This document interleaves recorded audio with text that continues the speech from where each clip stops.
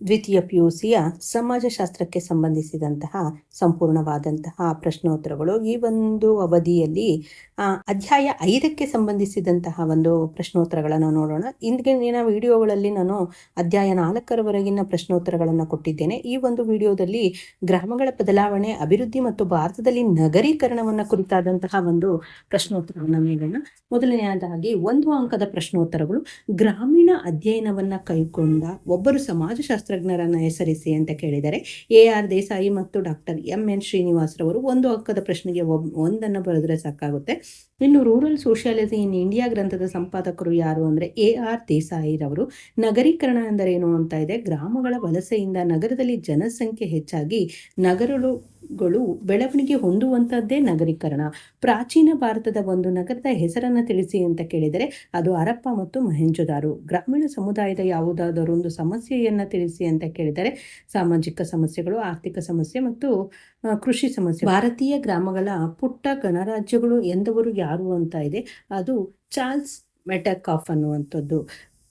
Remembered village ಗ್ರಂಥದ ಕರ್ತೃ ಯಾರು ಅಂತ ಇದೆ. ಅದು ಡಾಕ್ಟರ್ MN ಶ್ರೀನಿವಾಸರವರು. ಹಸಿರು ಕ್ರಾಂತಿಯ ಪಿತಾಮಹ ಅಂತ ಹೇಳ್ಬಿಟ್ಟು ಯಾರನ್ನು ಕರೆಯಲಾಗುತ್ತೆ ಅಂದರೆ ಡಾಕ್ಟರ್ MS ಸ್ವಾಮಿನಾಥನ್ ರವರನ್ನ ಕರೆಯಲಾಗುತ್ತೆ.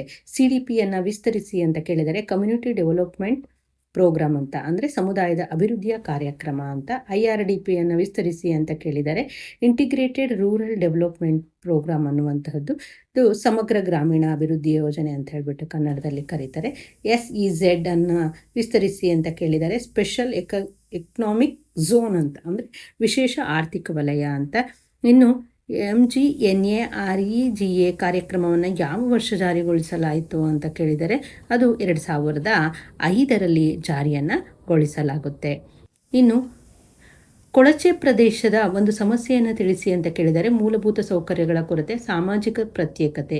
ಇನ್ನು RS ದೇಶಪಾಂಡೆ ಮತ್ತು ಸರೋಜಾ ಆರೋರರ ಕೃತಿಯನ್ನು ತಿಳಿಸಿ ಅಂತ ಕೇಳಿದರೆ ಅಗ್ರೇರಿಯನ್ ಕ್ರೈಸಿಸ್ ಆ್ಯಂಡ್ ಫಾರ್ಮರ್ ಸೊಸೈಡ್, ಕೃಷಿಯ ಬಿಕ್ಕಟ್ಟು ಮತ್ತು ರೈತರ ಆತ್ಮಹತ್ಯೆ ಅನ್ನುವಂಥದ್ದು. ಮಿಷನ್ ಸೇ ಮಾದರಿ ಅಭಿವೃದ್ಧಿ ಎಂದರೇನು ಅಂತ ಕೇಳಿದರೆ ವಿಶ್ವ ವಾಣಿಜ್ಯ ಸಂಘಟನೆಯ ಉದ್ಯಮ ಆಧಾರಿತ ಕೃಷಿ ಮತ್ತು ಮಾಹಿತಿ ತಂತ್ರಜ್ಞಾನಕ್ಕೆ ಹೆಚ್ಚಿನ ಮಹತ್ವವನ್ನು ನೀಡಿರುವುದಕ್ಕೆ ಮಿಷನ್ ಸೇ ಮಾದರಿ ಅಭಿವೃದ್ಧಿ ಅಥವಾ ಮಾದರಿ ಕೃಷಿ ಪದ್ಧತಿ ಅಂತ ಹೇಳ್ಬಿಟ್ಟು ಕರೆಯಲಾಗುತ್ತೆ. ಕೃಷಿ ವಿಷಯವನ್ನು ಅಧ್ಯಯನ ಮಾಡಲು ಕರ್ನಾಟಕ ಸರ್ಕಾರ ರಚಿಸಿದ ಯಾವುದಾದರೂ ಒಂದು ಸಮಿತಿಯನ್ನು ತಿಳಿಸಿ ಅಂತ ಕೇಳಿದರೆ ದ್ವಾರಕನಾಥ ಸಮಿತಿ ಮತ್ತು GK ವೀರೇಶ ಸಮಿತಿ. ಗ್ರಾಮೀಣ ಜನರಿಗೆ ಸರ್ಕಾರ ರೂಪಿಸಿದ ಆರೋಗ್ಯ ವಿಮಾ ಯೋಜನೆ ಹೆಸರೇನು ಅಂತ ಹೇಳಿದೆ. ಅದು ಯಶಸ್ವಿನಿ ಯೋಜನೆ. ಭೂ ಸುಧಾರಣೆ ತತ್ವವೇನು ಅಂತ ಕೇಳಿದರೆ ಉಳುವವನೇ ಭೂಮಿಯ ಒಡೆಯ ಅಥವಾ ಭೂರಹಿತರಿಗೆ ಭೂಮಿ ಅನ್ನುವಂತಹದ್ದು. ಭೂಪಾಲ್ ನಗರದ ವಿಷಾನಿಲ ದುರಂತಕ್ಕೆ ಕಾರಣವಾದ ಕಾರ್ಖಾನೆ ಯಾವುದು ಅಂತಂದರೆ ಯೂನಿಯನ್ ಕಾರ್ಬೈಡ್ ಕಂಪನಿ ಅನ್ನುವಂಥದ್ದು. ಭೋಪಾಲ್ ನಗರದಲ್ಲಿ ಸೋರಿಕೆಯಾದಂತಹ ವಿಷಾನಿಲ ಯಾವುದು ಅಂತ ಇದೆ. ಅದು ಮಿಥೈಲ್ ಐಸೋಸಿಯನೇಟ್ ಅನ್ನುವಂಥದ್ದು. ರಾಂಪುರ ಗ್ರಾಮ ಅಧ್ಯಯನ ಮಾಡಿದವರು ಯಾರು ಅಂತ ಇದೆ. ಅದು MN ಶ್ರೀನಿವಾಸರವರು. ಕಿಶನ್ಗಾರಿ ಗ್ರಾಮದ ಅಧ್ಯಯನ ಮಾಡಿದವರು ಯಾರು ಅಂದರೆ ಮೆಕ್ಯೂ ಮೆರಿಯಟ್ ಅನ್ನುವಂಥದ್ದು. ಭಾರತೀಯ ಗ್ರಾಮಗಳ ಒಂದು ಸಾಮಾಜಿಕ ಸಮಸ್ಯೆಯನ್ನು ತಿಳಿಸಿ ಅಂತ ಕೇಳಿದರೆ ಅದು ಅನಕ್ಷರತೆ, ಗ್ರಾಮೀಣ ಬಡತನ, ಆರೋಗ್ಯ ಸಮಸ್ಯೆ. ಇನ್ನು ಭಾರತೀಯ ಗ್ರಾಮಗಳ ಒಂದು ಆರೋಗ್ಯ ಸಮಸ್ಯೆಯನ್ನು ತಿಳಿಸಿ ಅಂತ ಕೇಳಿದರೆ ಅದು ಅಪೌಷ್ಟಿಕತೆ, ಸಾಂಕ್ರಾಮಿಕ ರೋಗಗಳು, ಹರಡುವಿಕೆ. ಭಾರತೀಯ ಗ್ರಾಮಗಳ ಒಂದು ಆರ್ಥಿಕ ಸಮಸ್ಯೆಯನ್ನು ತಿಳಿಸಿ ಅಂತ ಕೇಳಿದರೆ ಅಸಮಾನತೆಯ ಹೆಚ್ಚಳ, ತಾರತಮ್ಯದ ನೀತಿಗಳು, ಕೃಷಿ ಕ್ಷೇತ್ರದ ಸಂದಿಗ್ಧ ಸ್ಥಿತಿ. ಯಾವುದಾದ್ರೂ ಒಂದನ್ನು ಬರೀಬೇಕಾಗುತ್ತೆ. ಯಾರ ಆದೇಶದ ಅನುಸಾರ ಕೃಷಿ ಗಣತಿ ಮಾಡಲಾಗುತ್ತದೆ ಅಂದರೆ ಕೇಂದ್ರ ಕೃಷಿ ಮತ್ತು ಸಹಕಾರ ಇಲಾಖೆಯ ಆದೇಶದಂತೆ. ಸಂವಿಧಾನದ ಯಾವ ತಿದ್ದುಪಡಿಯು ಪಂಚಾಯತ್ ರಾಜ್ಗೆ ಹೆಚ್ಚಿನ ಅಧಿಕಾರವನ್ನು ನೀಡುತ್ತೆ ಅಂದರೆ ಅದು 1992ರಲ್ಲಿ ಸಂವಿಧಾನದ 73ನೇ ಅವಧಿ. AR ದೇಸಾಯಿರವರ ಪ್ರಕಾರ ಭಾರತೀಯ ಗ್ರಾಮದಲ್ಲಿನ ಯಾವುದಾದರೊಂದು ಪರಿವರ್ತನೆಯನ್ನು ತಿಳಿಸಿ ಅಂತ ಕೇಳಿದರೆ ಜೀವನಾಧಾರ ಕೃಷಿಯಿಂದ ಮಾರುಕಟ್ಟೆ ಆಧಾರಿತ ಕೃಷಿಗೆ ಮಾರ್ಪಾಟು, ಮಧ್ಯವರ್ತಿಗಳ ನಿರ್ಮೂಲನೆ, ನಗರ ಪ್ರದೇಶಗಳಿಗೆ ವಲಸೆ. ಇನ್ನು 2 ಅಂಕದ ಪ್ರಶ್ನೋತ್ತರಗಳನ್ನು ನೋಡೋಣ. ಬ್ರಿಟಿಷರ ಕಾಲದಲ್ಲಿ ಭಾರತೀಯ ಗ್ರಾಮಗಳಲ್ಲಿ ಉಂಟಾದ 2 ಪರಿವರ್ತನೆಗಳನ್ನು ತಿಳಿಸಿ ಅಂತ ಕೇಳಿದರೆ ಗ್ರಾಮಗಳು ತಮ್ಮ ಮೂಲ ಸ್ವರೂಪವನ್ನು ಕಳೆದುಕೊಂಡವು. ಗ್ರಾಮ ನಗರ ವಲಸೆ, ಕೃಷಿಯು ಜಾಗತಿಕ ಮಾರುಕಟ್ಟೆಗೆ ಬಂದಿತು. ಇನ್ನು ಗ್ರಾಮೀಣ ಅಧ್ಯಯನದ 2 ಮಹತ್ವಗಳನ್ನು ತಿಳಿಸಿರಿ ಅಂತ ಕೇಳಿದರೆ ಗ್ರಾಮ ಅಧ್ಯಯನ ಸಾಮಾಜಿಕ ಸುಧಾರಣೆಗೆ ಸಹಕಾರಿಯಾಗಿದೆ. ವಿಶ್ಲೇಷಣಾತ್ಮಕ ಮಾದರಿಯ ಬೆಳವಣಿಗೆಗೆ ಅನಂತರದ ಮೌಲ್ಯಮಾಪನವನ್ನು ದಾಖಲಿಸುವುದು. ದೇಶಪಾಂಡೆ ಮತ್ತು ಆರೋರರ ಪ್ರಕಾರ ರೈತರ ಆತ್ಮಹತ್ಯೆಗೆ 2 ಕಾರಣಗಳನ್ನು ತಿಳಿಸಿ ಅಂತ ಕೇಳಿದರೆ, ಘಟನೆಗಳು, ಒತ್ತಡಕಾರಕಗಳು, ಪ್ರಚೋದಕಗಳು, ಕಾರಣಕರ್ತರು. ಇನ್ನು ರೈತರ ಆತ್ಮಹತ್ಯೆಗೆ ಒತ್ತಡಕಾರಕಗಳು ಯಾವುವು ಅಂತ ಕೇಳಿದರೆ, ಭಾರೀ ಪ್ರಮಾಣದ ಸಾಲ, ಕುಟುಂಬದ ಸದಸ್ಯರ ಅನಾರೋಗ್ಯ, ಕೌಟುಂಬಿಕ ಕಲಹಗಳು. ರೈತರ ಆತ್ಮಹತ್ಯೆಗೆ ಪ್ರಚೋದಕಗಳು ಯಾವುವು ಅಂದರೆ ಹವಾಮಾನದ ಅನಿಶ್ಚಿತತೆ, ಕಲಬೆರಕೆ, ಕಚ್ಚಾ ವಸ್ತುಗಳು, ಮಾರುಕಟ್ಟೆ. ಹಾಗೆ ಗ್ರಾಮೀಣ ಅಭಿವೃದ್ಧಿಯನ್ನು ವ್ಯಾಖ್ಯಾನಿಸಿ ಅಂತ ಕೇಳಿದರೆ, ಗ್ರಾಮೀಣ ಅಭಿವೃದ್ಧಿಯು ಗ್ರಾಮೀಣ ಜನರು, ವಿಶೇಷವಾಗಿ ಬಡವರ ಜೀವನ ಮಟ್ಟದಲ್ಲಿ ಸುಧಾರಣೆ ತರುವಂತಹ ಒಂದು ಪ್ರಕ್ರಿಯೆಯಾಗಿದೆ. ಭೂ ಸುಧಾರಣೆಯ 2 ಉದ್ದೇಶಗಳನ್ನು ತಿಳಿಸಿ ಅಂತ ಕೇಳಿದರೆ, ಮಧ್ಯವರ್ತಿಗಳ ನಿಷೇಧ, ಭೂ ಹಿಡುವಳಿಯ ಕ್ರೋಢೀಕರಣ.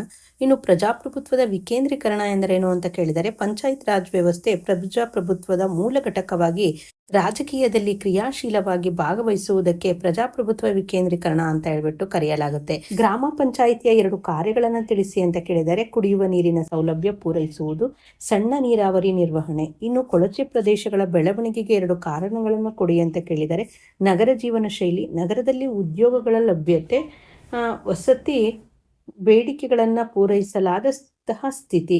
ಇನ್ನು ಭಾರತೀಯ ಗ್ರಾಮಗಳ 2 ಲಕ್ಷಣಗಳನ್ನು ತಿಳಿಸಿ ಅಂತ ಕೇಳಿದರೆ, ಚಿಕ್ಕ ಗಾತ್ರ, ಪ್ರಾಥಮಿಕ ಸಂಬಂಧಗಳು, ಸಾಮಾಜಿಕ ಸಮೈಕ್ಯತೆ. ಭಾರತೀಯ ನಗರಗಳ 2 ಸಮಸ್ಯೆಗಳನ್ನು ತಿಳಿಸಿ ಅಂತ ಕೇಳಿದರೆ, ನಗರ ಬಡತನ, ಕೊಳಚೆ ಪ್ರದೇಶ, ನಗರ ವಸತಿ ಸಮಸ್ಯೆ, ಸಂಚಾರ ದಟ್ಟಣೆ. ಯಾವುದಾದ್ರು 2 ಗ್ರಾಮೀಣ ಅಭಿವೃದ್ಧಿಯ ಕಾರ್ಯಗಳನ್ನು ತಿಳಿಸಿ ಅಂತ ಕೇಳಿದರೆ, ಸಮಗ್ರ ಗ್ರಾಮೀಣ ಅಭಿವೃದ್ಧಿಯ ಯೋಜನೆ ಅಂದರೆ IRDP ಅಂತ ಕರೀತಾರೆ, ಮಹಾತ್ಮ ಗಾಂಧಿ ರಾಷ್ಟ್ರೀಯ ಗ್ರಾಮೀಣ ಉದ್ಯೋಗ ಭರವಸೆ ಕಾಯ್ದೆ. ಕೊಳಚೆ ಪ್ರದೇಶ ಎಂದರೇನು ಅಂತ ಇದೆ, ಶಿಥಿಲ ಕಟ್ಟಡಗಳು, ಜನದಟ್ಟಣೆ, ಅಸಮರ್ಪಕ ಕಟ್ಟಡಗಳು, ಕಿರಿದಾದ ಓಣಿಗಳು, ಅಸಮರ್ಪಕ ಗಾಳಿ ಬೆಳಕು, ಶೌಚಾಲಯ ಮತ್ತು ಸ್ನಾನಗೃಹಗಳ ಅಭಾವ, ಸಮುದಾಯ ಸೌಕರ್ಯಗಳ ಕೊರತೆಯ ಲಕ್ಷಣಗಳುಳ್ಳ ಪ್ರದೇಶವೇ ಕೊಳಚೆ ಪ್ರದೇಶ. ವಿಶೇಷ ಆರ್ಥಿಕ ವಲಯವನ್ನು ವ್ಯಾಖ್ಯಾನಿಸಿ ಅಂತ ಕೇಳಿದರೆ, ವಿಶೇಷ ಆರ್ಥಿಕ ವಲಯ ಎಂದರೆ ನಿರ್ದಿಷ್ಟವಾದಂತಹ ಭೌಗೋಳಿಕ ಪ್ರದೇಶಕ್ಕೆ ಮೀಸಲಾಗಿದ್ದ ರಫ್ತು ಉದ್ದೇಶಕ್ಕಾಗಿ ವಸ್ತುಗಳು ಮತ್ತು ಸೇವೆಗಳ ಉತ್ಪಾದನೆ ಮಾಡಿ ದೇಶ ವಿವಿಧ ಭಾಗಗಳಿಗೆ ಅನ್ವಯವಾಗುವಂತಹ ಆರ್ಥಿಕ ಮತ್ತು ಇನ್ನಿತರ ನೀತಿ ನಿಯಮಗಳಿಗಿಂತ ವಿಶಿಷ್ಟವಾದ ಪ್ರತ್ಯೇಕ ಆರ್ಥಿಕ ಧೋರಣೆ ಹೊಂದುವಂತಹ ಔದ್ಯೋಗಿಕ ಪ್ರದೇಶ.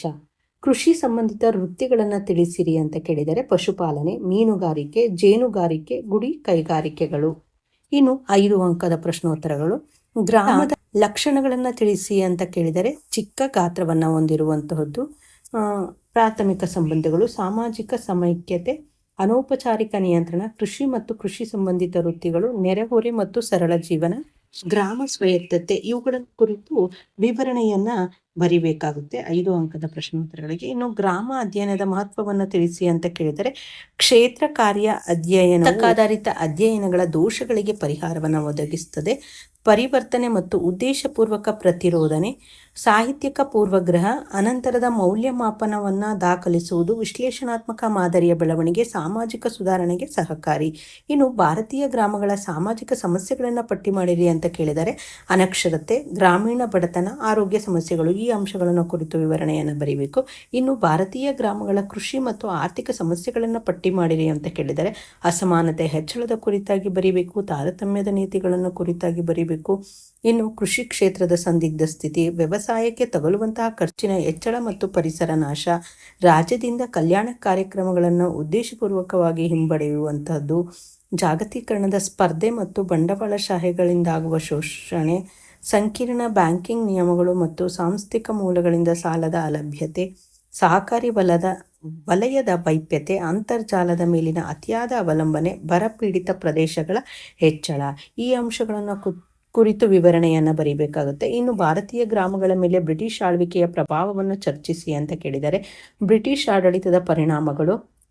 ಭಾರತೀಯ ಗ್ರಾಮಗಳು ತಮ್ಮ ಮೂಲ ಸ್ವರೂಪವನ್ನು ಕಳೆದುಕೊಂಡವು. ಗ್ರಾಮ ಪಂಚಾಯಿತಿಯ ಕಾರ್ಯಗಳನ್ನು ಅಧಿಕಾರಿಶಾಹಿ ಆಡಳಿತಕ್ಕೆ ಒಳಪಡಿಸಿದರು. ಇನ್ನು ಗ್ರಾಮೀಣ ಅಭಿವೃದ್ಧಿಗಾಗಿ ನೀಡಲಾಗ್ತಾ ಇದ್ದಂತಹ ಗ್ರಾಮ ನಿಧಿಯನ್ನು ಬ್ರಿಟಿಷರು ರದ್ದುಗೊಳಿಸಿದ್ರಿಂದ ಗ್ರಾಮಾಭಿವೃದ್ಧಿ ಕುಂಠಿತವಾಯಿತು. ಇನ್ನು ನ್ಯಾಯಾಲಯಗಳ ಸ್ಥಾಪನೆಯಿಂದಾಗುವ ಗ್ರಾಮದ ಹಿರಿಯರ ನ್ಯಾಯ ತೀರ್ಮಾನಕ್ಕೆ ಧಕ್ಕೆ, ಗ್ರಾಮಗಳಿಂದ ನಗರಗಳಿಗೆ ವಲಸೆ ಪ್ರಮಾಣ ಹೆಚ್ಚಿತು. ಜಮೀನ್ದಾರಿ ಪದ್ಧತಿಯಿಂದ ಗ್ರಾಮದಲ್ಲಿ ಅಸಮಾನತೆ, ವರ್ಗ ಸಂಘರ್ಷಕ್ಕೆ ಪ್ರೇರಣೆ. ಭಾರತೀಯ ಕ್ರಿಶ್ಚಿಯನ್ ರಾಷ್ಟ್ರೀಯ ಮತ್ತು ಜಾಗತಿಕ ಮಾರುಕಟ್ಟೆಗಳ ಸಂಪರ್ಕಕ್ಕೆ ತಂದು ಕೃಷಿ ಸಮಸ್ಯೆಗಳು ರಾಷ್ಟ್ರ ಮಟ್ಟದ ಮನ್ನಣೆಯನ್ನು ಪಡೆದು ಈ ಅಂಶಗಳನ್ನು ಕುರಿತು ಬರೀಬೇಕಾಗುತ್ತೆ.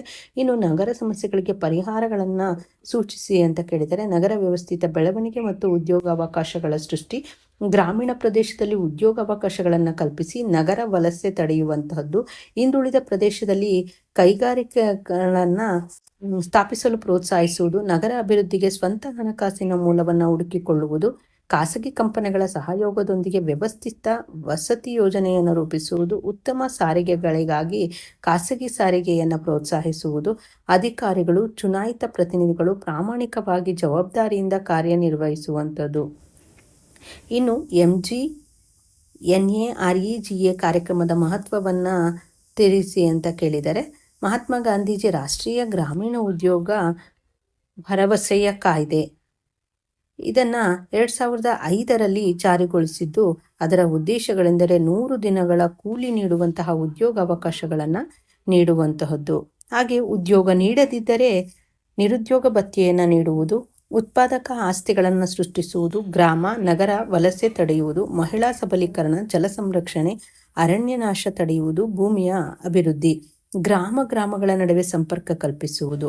ವಿಶ್ವ ಬ್ಯಾಂಕಿನ ಪ್ರಕಾರ ಗ್ರಾಮೀಣ ಬಡತನಕ್ಕೆ ಕಾರಣಗಳನ್ನು ವಿವರಿಸಿ ಅಂತ ಕೇಳಿದರೆ ಬಡತನ ನಿರ್ಮೂಲನಾ ಕಾರ್ಯಕ್ರಮಗಳ ಅಸಮರ್ಪಕ ಅನುಷ್ಠಾನ, ಕೃಷಿಯೇತರ ವೃತ್ತಿಗಳಲ್ಲಿ ಸೀಮಿತ ಜನರು ಪಾಲ್ಗೊಳ್ಳುತ್ತಿರುವುದು, ಹಾಗೆ ಮಳೆಯ ಒಂದು ಪ್ರಮಾಣ ಕಡಿಮೆ ಆಗ್ತಾ ಇರುವುದು ಮತ್ತು ನೀರಾವರಿಯ ಸೌಲಭ್ಯಗಳ ಕೊರತೆ, ಸಾಂಪ್ರದಾಯಿಕ ಕೃಷಿ ಪದ್ಧತಿಯ ಅವಲಂಬನೆ ಮತ್ತು ಆಧುನಿಕ ಕೌಶಲ್ಯಗಳ ಕೊರತೆ, ವಿದ್ಯುತ್ ಶಕ್ತಿಯ ಕೊರತೆ, ಗುಣಮಟ್ಟವಲ್ಲದ ಜಾನುವಾರುಗಳ ಸಾಕಾಣಿಕೆ, ಮಾರುಕಟ್ಟೆಯ ಸಮಸ್ಯೆಗಳು, ಗುಣಮಟ್ಟದ ಶಿಕ್ಷಣದ ಕೊರತೆ, ಸಮುದಾಯ ನಾಯಕತ್ವದ ಕೊರತೆ ಈ ಅಂಶಗಳನ್ನು ಕುರಿತು ಬರೀಬೇಕಾಗುತ್ತೆ. ಹಾಗೆ ಭಾರತೀಯ ಗ್ರಾಮಗಳ ಆರೋಗ್ಯ ಸಮಸ್ಯೆಗಳನ್ನು ವಿವರಿಸಿ ಅಂತ ಕೇಳಿದರೆ ವೈದ್ಯರ ಕೊರತೆ, ಶಿಶು ಮತ್ತು ತಾಯಿಯ ಮರಣ ದರದ ಹೆಚ್ಚಳ, ಅಪೌಷ್ಟಿಕತೆ, ಸಾಂಕ್ರಾಮಿಕ ರೋಗಗಳ ಅನೈರ್ಮಲ್ಯತೆ, ಮಾದಕ ವಸ್ತುಗಳ ಸೇವನೆ, ರಸಗೊಬ್ಬರ ಮತ್ತು ಕೀಟನಾಶಕಗಳ ಬಳಕೆ. ದೇಶಪಾಂಡೆ ಮತ್ತು ಸರೋಜ ಆರೋರ ಪ್ರಕಾರ ರೈತರ ಆತ್ಮಹತ್ಯೆಯ ಕಾರಣಗಳನ್ನು ವಿವರಿಸಿ ಅಂತ ಕೇಳಿದರೆ ಘಟನೆಗಳು, ಒತ್ತಡ ಕಾರಕಗಳು, ಕಾರಣಕರ್ತರು, ಹಾಗೆ ಪ್ರಚೋದಕಗಳು ಅಂತ ಇದೆ. ಪಂಚಾಯತ್ ವ್ಯಾಖ್ಯಾನಿಸಿ ಮತ್ತು ಗ್ರಾಮ ಪಂಚಾಯಿತಿಯ ಕಾರ್ಯಗಳನ್ನು ವಿವರಿಸಿ ಅಂತ ಕೇಳಿದರೆ ಪ್ರಜಾಪ್ರಭುತ್ವದ ಮೂಲ ಘಟಕವಾಗಿ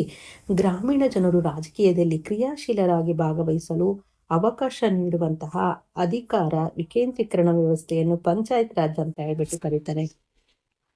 ಗ್ರಾಮ ಪಂಚಾಯಿತಿಯ ಕಾರ್ಯಗಳು ಕುಡಿಯುವ ನೀರಿನ ಸೌಲಭ್ಯವನ್ನು ಒದಗಿಸುವಂಥದ್ದು, ಸಣ್ಣ ನೀರಾವರಿ ನಿರ್ವಹಣೆ, ಶಾಲಾ ಕಟ್ಟಡಗಳ ನಿರ್ವಹಣೆ, ಕುಟುಂಬ ಯೋಜನೆ, ವಿದ್ಯುತ್ ಶಕ್ತಿಯ ಸೌಲಭ್ಯ ನೀಡುವುದು, ರಸ್ತೆ ಮತ್ತು ಸೇತುವೆಗಳ ರಿಪೇರಿ, ಸಾರ್ವಜನಿಕ ಆರೋಗ್ಯ ನಿರ್ವಹಣೆ, ಚರಂಡಿ ವ್ಯವಸ್ಥೆ, ಸಂತೆ, ಜಾತ್ರೆ ಮತ್ತು ಹಬ್ಬಗಳ ಆಚರಣೆ, ಸಾರ್ವಜನಿಕ ಆಸ್ತಿಗಳ ರಕ್ಷಣೆ. ಭಾರತೀಯ ಗ್ರಾಮಗಳ ಪರಿವರ್ತನೆಗಳನ್ನು ವಿವರಿಸಿ ಅಂತ ಕೇಳಿದರೆ ಕೃಷಿತರ ಚಟುವಟಿಕೆ, ಜೀವನಾಧಾರ ಕೃಷಿಯಿಂದ ಮಾರುಕಟ್ಟೆ ಆಧಾರಿತ ಕೃಷಿಗೆ ಮಾರ್ಪಾಟು, ಆಧುನಿಕ ತಂತ್ರಜ್ಞಾನದ ಪ್ರಭಾವಗಳು, ಮಧ್ಯವರ್ತಿಗಳ ನಿರ್ಮೂಲನೆ, ವಿವಿಧ ಸಂಘ ಮತ್ತು ಸಂಸ್ಥೆಗಳ ಉಗಮ, ಗ್ರಾಮಾಂತರ ಪ್ರದೇಶದಿಂದ ನಗರ ಪ್ರದೇಶಗಳಿಗೆ ವಲಸೆ, ವಿಶೇಷ ಆರ್ಥಿಕ ವಲಯಗಳು ಈ ಅಂಶಗಳನ್ನು ಕುರಿತು ಬರೀಬೇಕಾಗುತ್ತೆ. ಇನ್ನು 10 ಅಂಶಗಳ ಪ್ರಶ್ನೋತ್ತರಗಳು. ಕೃಷಿ ಸಂದಿಗ್ಧತೆ ವಿವರಿಸಲು ನಕ್ಷೆ ಬರೆದು ವಿವರಿಸಿ ಅಂತ ಇದೆ. ಈ ರೀತಿಯಾಗಿ ನಕ್ಷೆಯನ್ನು ಬರೀಬೇಕಾಗುತ್ತೆ. ಕೃಷಿ ಕ್ಷೇತ್ರದ ಸಂದಿಗ್ಧ ಪರಿಸ್ಥಿತಿ ಏನೆಲ್ಲ ಅಂಶಗಳನ್ನು ಒಳಗೊಂಡಿದೆ ಅನ್ನುವಂಥದ್ದು ಸಂಕ್ಷಿಪ್ತವಾಗಿ ವಿವರಿಸಿ ಅಂತ ಕೇಳಿದರೆ ನಗರ ಬಡತನ, ಕೊಳಚೆ ಪ್ರದೇಶ, ನಗರ ವಸತಿ ಸಮಸ್ಯೆ, ಶುಚಿತ್ವ ಮತ್ತು ಮಾಲಿನ್ಯ, ಸಂಚಾರ ದಟ್ಟಣೆಯ ಸಮಸ್ಯೆ, ನೀರಿನ ಪೂರೈಕೆ ಮತ್ತು ಚರಂಡಿ ವ್ಯವಸ್ಥೆ, ಕೈಗಾರಿಕಾ ಅಪಘಾತಗಳು ಮತ್ತು ರೋಗಗಳು, ರೈತರ ಆತ್ಮಹತ್ಯೆಯನ್ನು ತಡೆಗಟ್ಟಲು ಸರ್ಕಾರ ಇತ್ತೀಚೆಗೆ ಕೈಗೊಂಡ ಕ್ರಮಗಳನ್ನು ವಿವರಿಸಿ ಅಂತ ಕೇಳಿದರೆ ಸಾಲ ಮನ್ನಾ ಮತ್ತು ವಿನಾಯಿತಿ, ಅತ್ಯಧಿಕ ಬಡ್ಡಿ ದರ ಕಾಯ್ದೆ 2004ರಲ್ಲಿ, ರೈತರ ಸಂಕಷ್ಟಗಳಿಗೆ ಪ್ರತಿಕ್ರಿಯೆ, ಆರೋಗ್ಯ ವಿಮಾ ಯೋಜನೆ, ಬಡ್ಡಿ ದರ ಇಳಿಕೆ, ಪರಿಹಾರ ನೀಡುವ ನೀತಿಯ ಪುನರ್ವಿಮರ್ಶೆ ಮತ್ತು ಮಾಹಿತಿ ಸೌಲಭ್ಯ ಈ ಅಂಶಗಳನ್ನು ಕುರಿತು ವಿವರಣೆಯನ್ನು ಬರೀಬೇಕಾಗುತ್ತೆ. ಹಾಗೆ ಬೆಳೆ ವಿಮೆ, ಬಿತ್ತನೆ ಬೀಜದ ಮೇಲೆ ಸಬ್ಸಿಡಿ, ಜಲಾನಯನ ಕಾರ್ಯಕ್ರಮ, ಮಾರುಕಟ್ಟೆ ಮಧ್ಯಪ್ರದೇಶ ಯೋಜನೆಯ ಪುನರ್ವಿಮರ್ಶೆ, ಕೃಷಿ ಸಂಶೋಧನೆಗೆ ಆದ್ಯತೆ. ಕೊಳಚೆ ಪ್ರದೇಶ ಅಂದ್ರೇನು ಅಂತ ಇದೆ. ಕೊಳಚೆ ಪ್ರದೇಶದ ಲಕ್ಷಣಗಳನ್ನು ವಿವರಿಸಿ ಅಂತ ಕೇಳಿದರೆ ಶಿಥಿಲ ಕಟ್ಟಡಗಳು, ಜನದಟ್ಟಣೆ, ಅಸಮರ್ಪಕ ಕಟ್ಟಡಗಳು, ಕಿರಿದಾದಂತಹ ಓಣೆಗಳು, ಅಸಮರ್ಪಕ ಗಾಳಿ ಬೆಳಕು, ಶೌಚಾಲಯ ಮತ್ತು ಸ್ನಾನಗೃಹಗಳ ಅಭಾವ, ಸಮುದಾಯ ಸೌಕರ್ಯಗಳ ಕೊರತೆಯ ಲಕ್ಷಣಗಳ ಹೊಂದಿದಂತಹ ಪ್ರದೇಶವೇ ಕೊಳಚೆ ಪ್ರದೇಶ. ಶಿಥಿಲ ಮತ್ತು ವಾಸಕ್ಕೆ ಯೋಗ್ಯವಲ್ಲದಂತಹ ಕಟ್ಟಡಗಳು, ಅತಿಯಾದ ಜನಸಾಂದ್ರತೆ ಮತ್ತು ಮನೆಗಳು, ಮೂಲಭೂತ ಸೌಕರ್ಯಗಳ ಕೊರತೆ, ಸಾಮಾಜಿಕ ಪ್ರತ್ಯೇಕತೆ. ಇಷ್ಟು ಈ ಒಂದು ಪಾಠಕ್ಕೆ ಸಂಬಂಧಿಸಿದಂತಹ ಸಂಪೂರ್ಣವಾದ ಪ್ರಶ್ನೋತ್ತರವಾಗಿತ್ತು. ಮುಂದಿನ ಅಧ್ಯಾಯವನ್ನು ಮುಂದಿನ ವಿಡಿಯೋದಲ್ಲಿ ನೋಡೋಣ. ನಿಮಗೆ 10 ಅಂಕದ ಸಂಪೂರ್ಣವಾದ ವಿವರಣೆಯನ್ನು ಒಳಗೊಂಡಂತಹ ವಿಡಿಯೋವನ್ನು ಕೂಡ ಮುಂದಿನ ವಿಡಿಯೋಗಳಲ್ಲಿ ಕೊಡ್ತೇನೆ. ಇಷ್ಟು ಈ ಒಂದು ಅಧ್ಯಾಯಕ್ಕೆ ಸಂಬಂಧಿಸಿದಂತೆ ಸಂಪೂರ್ಣವಾದಂತಹ ಪ್ರಶ್ನೋತ್ತರಗಳು. ಧನ್ಯವಾದಗಳು.